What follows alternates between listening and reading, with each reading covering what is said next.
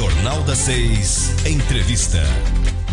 Olha, agora vamos voltar a falar de política. Já está aqui conosco no estúdio da 96 FM a nossa entrevistada de hoje, a senadora do PT, a Fátima Bezerra. Boa noite, senadora. Boa noite, Enio. Boa noite, Robson. Boa noite, Marco Aurélio. Boa noite a todos os ouvintes do Jornal das 6. É isso aí. Na última semana, a senhora criticou as medidas do governo do estado com relação ao reordenamento da administração pública. Como é que a senhora viu aquelas propostas? Veja, Enio, critiquei e volto a criticar. Acho um equívoco, né, brutal, porque é evidente que nós não desconhecemos aqui que temos que buscar alternativas para a crise do ponto de vista econômico, fiscal, que passa não só o Rio Grande do Norte, mas os diversos estados do país. Agora, resolver essa crise do ponto de vista econômico, fiscal, penalizando os serviços públicos e os servidores, repito, é um equívoco brutal. Na verdade, o que o governador está fazendo é simplesmente imitando o governo federal, do qual ele é aliado, ou seja, ele está estadualizando aqui a política econômica do governo Michel Temer, né, quando adota essas medidas extremamente amargas, que vai penalizar exatamente os servidores públicos, e com um agravante também. Ele reproduz o governo federal também, quando não estabeleceu nenhum debate com o conjunto exatamente dos servidores. Tanto é verdade que houve uma reação fortíssima do Fórum Estadual dos Servidores, e no dia seguinte, inclusive, ele foi obrigado a retirar 2 das várias medidas que ele tinha enviado para a Assembleia Legislativa. Me refiro à mensagem que trata da questão dos planos de cargos, carreira e salários, que na prática a mensagem que ele enviou acaba com o plano de cargos, carreiras e salários dos servidores. E a outra mensagem também que ele retirou, aqui estabelece exatamente o teto de salários no âmbito do governo estadual. Elimina o subsídio. Exatamente. Então é isso é um pacote de maldades, é um pacote de perversidade, repito, né? Nós não podemos de maneira nenhuma resolver a crise pela qual passa o Estado pela via de penalizar exatamente os mais pobres, penalizar os trabalhadores, penalizar os servidores e, consequentemente, penalizar os serviços públicos, né? E acho que o Fórum Estadual dos Servidores demonstrou muita responsabilidade, muito senso de unidade organizativa nesse exato momento, fez uma forte mobilização, o governo recuou, né, quando retirou essas 2 mensagens. Entretanto, o fórum continua fortemente mobilizado, porque várias das outras mensagens que prejudicam e muito os servidores continuam lá na Assembleia Legislativa. Ele está imitando tanto o governo Temer, né, o governo golpista, que ele aderiu, né, do qual ele é aliado, que hoje, inclusive, o governo Temer acaba de assinar, via medida provisória, Marco Aurélio, não é nem projeto de lei, via medida provisória, enviando, portanto, ao Congresso Nacional uma série de iniciativas que tem exatamente a mesma lógica de perversidade, de maldade que o governador Robson Faria quer fazer com os servidores públicos estaduais aqui. Por exemplo, aumentar a alíquota da Previdência de 11% para 14%. O governo Temer hoje também, através de medida provisória, está suspendendo o reajuste em lei, garantido aos servidores públicos federais. Vai trazer o debate de reonerar a folha dos trabalhadores. Outra medida hoje diminuiu em R$5 o valor já estabelecido para o salário mínimo dos trabalhadores e trabalhadoras desse país. Enquanto isso, vocês viram, o Brasil assistiu novamente aquele espetáculo deprimente, quando agora da segunda denúncia que a Câmara analisou contra o presidente da República, desta vez por obstrução de justiça, por líder de organização criminosa, nós assistimos mais uma vez aquele espetáculo deprimente. O Palácio do Planalto, mais uma vez, à venda, transformado em balcão de negócios. Temer torrou 32 bilhões de reais para aliciar os votos dos parlamentares, para livrar exatamente a sua cara. 32 bilhões de reais através de promessa de liberação de empréstimos, de uso seletivo do orçamento público, de liberação de emendas e, o mais grave, através dos refis, o perdão, anistia, né, as dívidas fiscais. As dívidas fiscais. Mas aí para os grandes empresários, inclusive para os banqueiros. Enquanto isso, repito, né, diminui hoje, através de medida provisória, o salário do servidor público. Senadora, a senhora falou no Senado agora, e o Senado está votando em regime de urgência essa semana a proposta da regulamentação dos aplicativos. E o pessoal fala mais da regulamentação do Uber. A senhora já tem um posicionamento sobre essa matéria? Veja bem, nós estamos acompanhando aí a mobilização que está havendo em todo o país, o que é extremamente legítimo, né? Como senador, é meu dever, tanto recebi já por várias vezes representação dos taxistas, como também a representação dos aplicativos. Nós estamos discutindo, Enio, e eu, inclusive, tenho defendido uma posição que é a seguinte: eu acho que o Senado não deveria votar essa matéria enquanto não chegássemos numa mediação.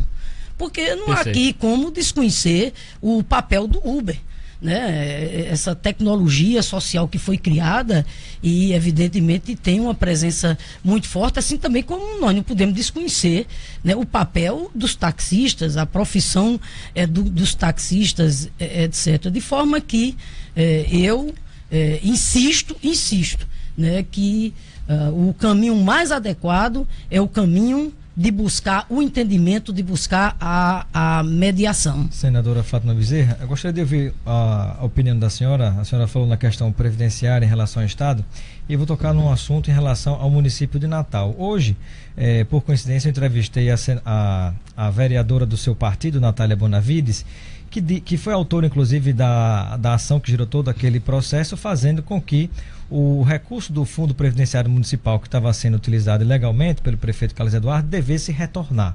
E ela tem constatado hoje em dia, já de posse de vários extratos, que além de parece que não está sendo cumprido o repasse que ficou comprometido diante do comprometimento que houve na Justiça de devolução do Fundo Previdenciário Municipal, também ainda estaria deixando de ser repassado, apesar de ser retirado o dinheiro do servidor da Prefeitura de Natal, o que seria muito grave. O que é que a senhora poderia dizer sobre isso? Eu acho que a Natália tem feito o trabalho dela enquanto vereadora com muita seriedade, com muita responsabilidade. Afinal de contas, uma das principais prerrogativas do Legislativo é exatamente essa: fiscalizar, acompanhar, e ela está acompanhando um tema que não é um tema qualquer. É o Fundo Previdenciário, que diz respeito, né, à vida de milhares de servidores a nível municipal. Ela está fazendo o papel dela, repito, com muita seriedade, firmeza e responsabilidade. Senadora, a senhora tá sendo colocada pelo seu partido como um nome para disputa, para sucessão do governo Robson Faria. A senhora tem o desejo de disputar esse cargo? O nome da senhora surgiu das bases do PT, enfim. Nós entrevistamos aqui Fernando Mineiro, ele disse que a senhora sim vai disputar a sucessão de Robson Faria, né? Ô, Enio. Ô, Enio, você... Não, inclusive em algumas... Esse sorriso é porque ela acha bom, inclusive em algumas sondagens... que ele é habilidoso, ele... Vamos ouvir a resposta. Como um bom comunicador que ele é. Não, Enio, deixa eu te falar, veja bem, o PT está iniciando esse debate. Aliás, daqui a pouco, no Hotel Cuxá, nós vamos dando sequência ao ciclo de debates sobre o Brasil que o povo quer, que foi lançado a nível nacional, pela direção nacional do PT. Daqui a pouco nós estamos indo lá para o Hotel Cuxá, quando vamos fazer o debate aqui no Rio Grande do Norte. Como o próprio nome já está dizendo, né? Nós queremos fazer o debate não só presencial, com os militantes, com os dirigentes, né, os parlamentares do PT, mas nós queremos usar a internet, ou seja, a plataforma do ponto de vista do uso da internet, para fazer com que a população possa opinar, possa sugerir, diante inclusive desse momento tão grave que o país vive pós o golpe de Estado consumado exatamente em 2016. Associado a isso, nós também vamos fazer o debate do Rio Grande do Norte que o povo quer. De forma que, sem fugir da sua pergunta, Enio, o PT está iniciando esse debate. Claro que há um desejo das bases do PT para que eu disponibilize o meu nome, isso é fato também. E há desejo de sua parte? Segundo, claro que eu tenho mais que agradecer as manifestações crescentes de carinho, de incentivo, de respeito que a maioria do povo do Rio Grande do Norte tem demonstrado com relação à nossa ação político-parlamentar em pesquisas de opinião que estão sendo realizadas, divulgadas aqui pela imprensa do meu estado, e em todas essas pesquisas, inclusive meu nome figura na frente, liderando as pesquisas. Tem um ouvinte aqui que mandou um abraço à senhora, disse parabéns, senadora, pelo que a senhora falou com relação ao PLC 28, que vai ser votado no Senado, e disse mais ainda, a senhora vai pegar um abacaxi, fique no Senado mesmo. Mas só para concluir, viu, Marcos, só para dizer, então assim, é evidente que essas manifestações de carinho, de incentivo, que eu tenho recebido por onde tenho andado, né, percebe um movimento assim, de cunho popular, um movimento muito de baixo para cima. Entretanto, vou responder concretamente a você. Não há ainda da minha parte nenhuma definição. Claro que defendo que o meu partido tenha candidatura própria ao governo em 2018. Segundo, nós temos que definir uma tática pelo qual ele vem passando. Aliás, quanto mais persegue o presidente Lula, mais ele cresce exatamente nas pesquisas. Todas as pesquisas também a nível nacional, inclusive aqui a nível local também, atestam, né, a liderança do presidente Lula. E mais do que isso, eu acho que o povo brasileiro está com muita saudade do presidente Lula, e essa saudade aumenta cada vez mais diante desses tempos que nós estamos vivendo. Tempos de destruição dos direitos sociais, tempos de redução dos investimentos sociais, tempos de congelamento de gastos nos setores públicos, tempos, né, de ataque à soberania nacional, tempos inclusive de muita desesperança. Daí porque eu acho que as pesquisas, quando colocam o presidente Lula liderando todas, ganhando inclusive também no segundo turno, em todos os cenários, mostra exatamente a saudade que a maioria do povo brasileiro tem dele. Senadora, e vamos trabalhar nessa direção, hein? Senadora, eu gostaria de perguntar à senhora o seguinte, quando a senhora vê uma pesquisa dessa, como uma pesquisa do Ibope que foi divulgada semana passada, esse final de semana, a gente vê o ex-presidente Luiz Inácio Lula da Silva com um percentual de 35%, e vem em segundo lugar, logo abaixo, um candidato como Jair Bolsonaro. E aí a senhora particularmente vê isso com algum tipo de preocupação? Assim, porque a gente associa logo Bolsonaro à extrema direita, né? A senhora vivenciou aí, a senhora 13 anos na presidência, o PT na presidência e tal. Como é que a senhora vê o nome de Bolsonaro contrapondo a um ex-presidente Luiz Inácio Lula da Silva? Primeiro, as posições dele são posições, né, de perfil muito extremista, isso é fato. Ele inclusive as assume. Segundo, eu vejo isso como um fracasso do PSDB. Acho que... Não é um fracasso da política, não? Não, mas eu acho que em particular do PSDB e dessas forças conservadoras de centro que brincaram com a democracia. Quando eles afastaram o mandato presidencial, independente de ser de partido A ou B ou C, quando afastaram o mandato presidencial legitimado pelas urnas, naquelas circunstâncias, sem existência de crime de responsabilidade, eles cavaram o próprio abismo, entendeu? E hoje está aí, quer dizer, de repente cresceu uma fatia do eleitorado, né, a candidatura exatamente do Bolsonaro.